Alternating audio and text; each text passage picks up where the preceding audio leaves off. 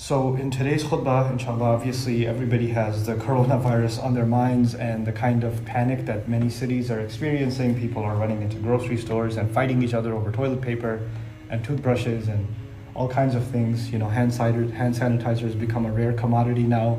I'm sure those stocks are going up. And in the midst of all of that panic, of course, congregations of large number, it's advised in any city that's been affected by it that congregations of large number not be held. And everybody already knows that, you know, things like sporting events or religious ceremonies and things like that, that it's being advised for the larger, you know, community's health that they not be held. And before I talk about the subject of the khutbah today, I wanted to address what some people might think is the more Islamic approach.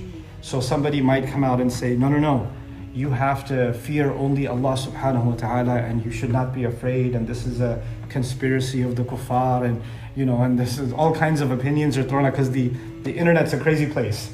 And not only the internet, the masjid can be a crazy place. Everybody has their own opinion on what to do and not have any fear or concern, because if Allah is protecting us, nothing is going to happen to us.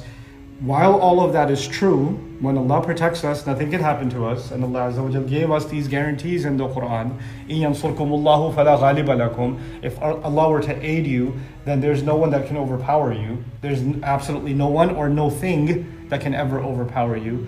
However, on the flip side, Allah Azza wa Jal does teach us a thing or two about caution.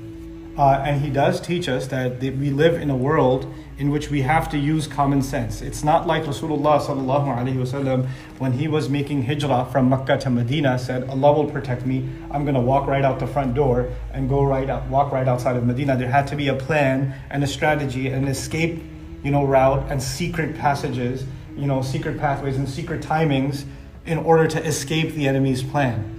And at the end of the day, what we learn in our religion is we do the best we can, we take whatever precaution we can, and then protection only comes from Allah.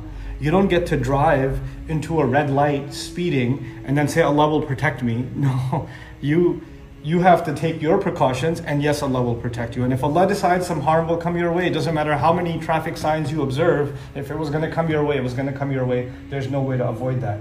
But our religion does teach that kind of responsibility. The other thing is, if somebody says, I don't care, I'm coming, or we have to stick together, it's not just about you. It's not just about a concern for you. You may have, for example, this virus, and you're sitting next to someone whose immune system is very weak, and you didn't get affected by it. Maybe you didn't even know you had it, and a few days later it emerged that you have it, because it doesn't show itself except after a few days, and you basically caused this person and their family irreparable harm.